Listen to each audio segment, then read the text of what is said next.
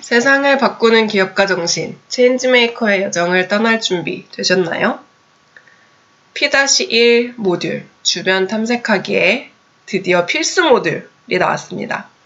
1-2, 문제 쏟아내기 게임입니다.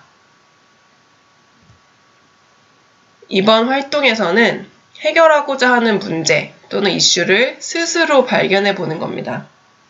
체인지메이커 활동에서 사실 가장 중요한 단원이기도 한데요. 해결하고자 하는 문제를 스스로 발견하는 것이 정말 중요합니다. 이 발견하는 단계에서부터 공감 능력을 키울 수 있기 때문입니다. 나를 둘러싼 주변 환경, 또 내가 속한 공동체를 한번 돌아보고 해결하고 싶은 문제를 찾아볼 수 있도록 합니다. 이번 모듈이 필수 모듈이지만 참여하는 학생들의 성향이 각각 다를 수 있기 때문에 굉장히 다양한 방법을 나눠서 경우의 수를 나눠서 설명을 드리도록 하겠습니다. 시작하기에 앞서서 왕따 문제를 해결하기 위해 또 이런 앱을 만든 모건 게스, 그 엄마가 체인지메이커의 엄마인 거죠. 이런 이야기를 했다고 합니다. 모든 사람들은 살면서 힘든 문제를 마주하게 된단다.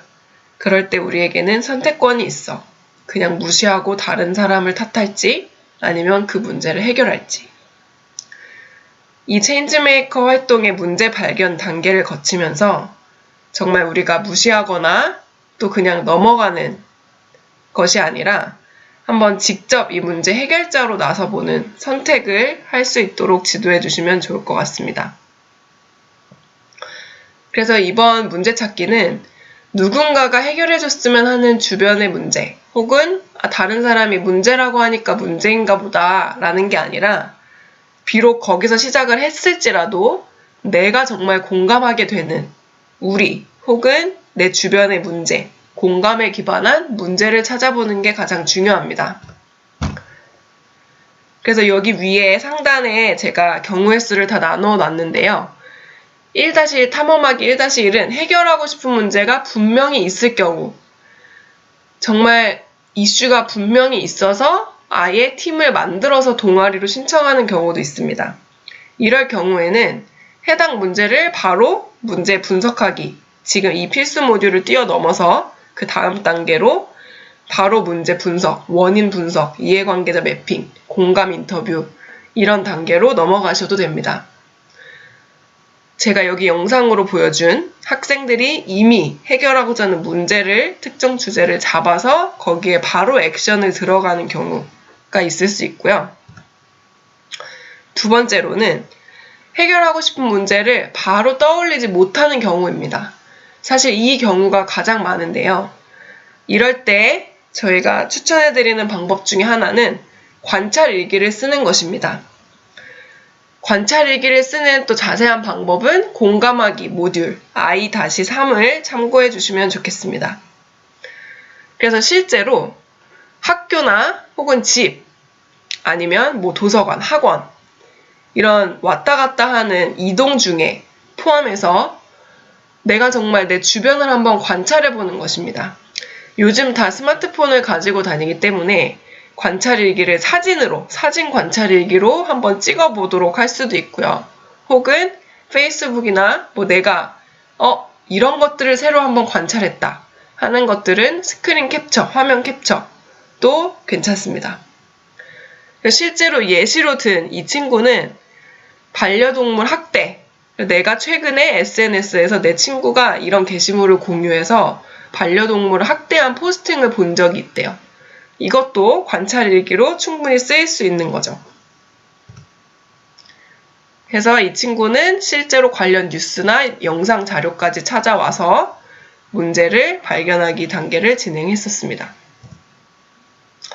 두 번째, 해결하고 싶은 문제를 바로 떠올리지 못할 경우 관찰일기를 써도 되고, 근데 관찰일기는 아무래도 미션을 줘야 되는 거죠. 그래서 학교에 오기 전에 사전 과제로 활동을 하거나 아니면 수업 시간 중에 정말 학교 주변을 돌아다니면서 관찰일기를 써야 되는 건데, 그렇게 하기가 어렵다, 여건이 되지 않으면 그냥 포스트잇을 한번 5장이든 10장, 최대한 많이 나눠 갖고 내가 한번 주변의 문제라고 느껴지는 것, 내가 좀 불편한 감정에 한번 집중을 해보는 겁니다. 해서 문제를 한번 마구마구 쏟아내보는, 발산하는 과정을 거치실 수도 있습니다. 그래서 내가 속한 공동체가 겪고 있는 거면 뭐든 상관없습니다. 이것도 게임처럼 진행을 하게 되면 오른쪽 사진처럼 전지를 펼쳐놓고 다 같이 문제를 한번 쏟아내기 시작하면 또 옆에 친구들 걸 보면서 굉장히 재밌게 더 많은 것을 한번 써보는 활동으로 진행하실 수 있습니다. 그래서 이렇게 한번 쏟아내 봤으면 비슷한 문제끼리 한번 분류를 해봅니다. 그리고 주제어를, 분류 기준을 위에 상단에 주제어를 한번 적어봅니다. 해당 문제가 일어나는 장소로 구분을 해도 되고요. 주제별로 묶을 수도 있습니다. 여기에 보시면 뭐 체육관과 관련된 문제, 교내 문제를 주로 이 친구들은 적었는데 화장실, 뭐 안전 문제, 인터넷, 교내, 학교, 혹은 선생님과 관련된 문제, 생활복 디자인과 관련된 문제, 건물, 뭐 이런 식으로 문제에 분류한 것들을 한번 그 상단의 상위 개념으로 나눠서 주제어를 적어보도록 합니다. 이런 식으로 또 문제를 발견하는 걸 도와줄 수도 있습니다. 조금 전에 설명드린 문제 쏟아내기도 어려워한다, 스스로 발견하기도 어려워한다고 할 때는 대략적인 문제의 카테고리를 제시해 주셔도 좋습니다. 그래서 여기 직접 제시해 놓은 이 PT를 활용하셔도 좋고, 아니면 가이드 하시는 선생님이 다른 주제들을 크게 한번 나눠서 제시해 주셔도 좋습니다. 지금 여기에 화면에 나와 있는 키워드들은 주로 청소년들이 관심 갖는 큰 주제들을 한번 나열해 본 예시입니다. 이런 식으로 실제 미래창조과학부에서 발표한 10년 후의 대한민국의 문제 카테고리가 10가지 정도로 나눠져 있는데, 이런 큰 주제를 주셔도 되고, 그것은 가이드 하시는 분들에 따라서 자유롭게 문제 카테고리를 제시해 주셔도 좋습니다. 여기서 주의할 점은 조금 더 다양한, 최소한 정말 10개 정도 많은 옵션을 주셔야 거기에 좌지우지 되지 않고 학생들이 더 많은 생각을 통해서 이것도 문제이지 않을까 해서 문제 제시해 준 거에 제약되지 않고 더 많은 발상을 할 수 있게 됩니다. 그래서 뭐 3개, 5개 정도로 너무 좁혀주시면 거기에 이미 선생님이 혹은 가이드 하시는 분들이 원하는 방향으로 갈 수가 있기 때문에 최대한 문제 카테고리를 제시해 주실 때는 10개 정도 다양한 옵션을 제시해 주는 것을 추천드립니다.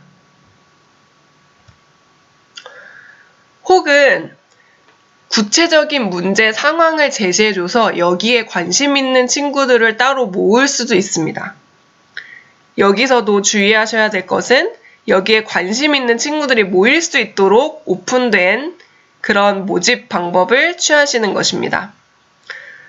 계속 제가 이 예시 드리는 모든 문제 발견하는 방법은 최대한 교사가 혹은 가이드하는 사람이 문제를 정해주는 게 아니라 이 해당 문제에 관심이 있거나 혹은 자기 스스로 문제를 한번 발견해 볼 수 있도록 그런 자기 동기가 충만한 상태로 시작할 수 있도록 하기 위한 방법들입니다. 그래서 정말 문제를 스스로 발견하기 어려워할 경우에는 구체적인 문제 상황을 제시하면서 해당 문제에 관심 있는 학생들을 모집해서 진행하실 수 있습니다. 예를 들어서 여기 사례로 용산구 해방촌에서 진행한 사례인데요. 여기는 아예 이 지역적으로 쓰레기 무단 투기 문제가 너무 심각하다는 그런 이슈가 있었습니다. 그래서 해당 문제를 제시하고 이 쓰레기 무단 투기 문제를 해결해 볼 친구들이 다 모여라는 식으로 동아리를 모집해서 진행하기도 했었습니다. 이런 식으로 교사가 한번 그 시기에 되게 이슈가 됐던 다큐멘터리나 뭐 뉴스에 나온 어떤 사건, 이런 것들을 제시해주고 이런 다큐 봤어? 여기에 관심 있는 친구들 한번 모여봐 라는 식으로 동아리를 모집할 때부터 아예 흥미로운 주제를 선정해서 여기에 관심 있는 친구들을 모을 수 있습니다. 자, 이제 두 번째로는 이렇게 해서 어찌됐든 어떤 방법을 통해서든 문제를 발견했으면 그 문제를 최종적으로 하나를 정해야겠죠. 그래서 여기에 문제를 분류하는 기준을 넣어놨습니다. 장소별로 나눠서 1학기 때는 학교에서 일어나는 문제를 해결해보고 2학기 때는 지역사회의 문제를 해결하는 방식으로 진행을 하실 수도 있고요. 혹은 학기로 나누지 않고 그냥 팀별로 장소별로 나눠서 거기서 우리가 한번 해결해보고 싶은 것들을 먼저 선택할 수도 있습니다. 주제로 나눌 수도 있고요. 그리고 세 번째 기준, 지속 가능성. 이 체인지메이커 활동을 하다 보니까 그냥 건의를 하거나 바로 예산을 들여서 고치면 해결되는 문제를 잡는 경우도 많이 있습니다. 그렇게 고치면, 민원을 제기해서 고치면 해결되는 문제가 아니라 정말 장기적으로 자원을 투입해야 하는 그 지속 가능성이 더 확보되어야 하는 주제를 잡을 수도 있습니다. 특히 지속 가능성과 관련해서는 지속적인 변화 만들기 모듈, C 모듈에 굉장히 다양한 사례를 넣어놨습니다. C-1 모듈을 참고하시면 좋겠습니다. 또한 문제를 분류할 때 이런 식으로 발생 가능성, 그리고 이 문제가 발생했을 때 얼마나 심각한 문제가 초래되는지 영향력으로 문제를 나눠서 정말 우리 학교에 다양한 문제가 있지만 이 중에서 가장 우리에게 시급한 혹은 가장 모두에게 안 좋은 영향을 끼치는 게 무엇인지 영향력으로 나눠서 문제를 최종적으로 선택하실 수도 있습니다. 네, 이제 필수 모듈 설명을 마치려고 하는데요. 다른 청소년 체인지 메이커들이 또 다른 친구들을 보면서 왜 이렇게 문제 발견을 어려워할까 해서 이런 책을 한번 읽어보면 도움이 된다. 추천 참고 도서를 3개를 알려주었습니다. 불편해도 괜찮아, 십시일반, 소녀 적정기술을 탐하다 이런 관련된 책들이 굉장히 많이 있는데요. 한번 이런 도서도 참고해 보시고 문제를 발견해 갈 수 있도록 평상시에 주변에 관심을 가지고 한번 내 주변을 돌아볼 수 있는 이런 다양한 활동들을 통해서 문제 발견부터 스스로 해볼 수 있도록 안내해 주시면 좋겠습니다.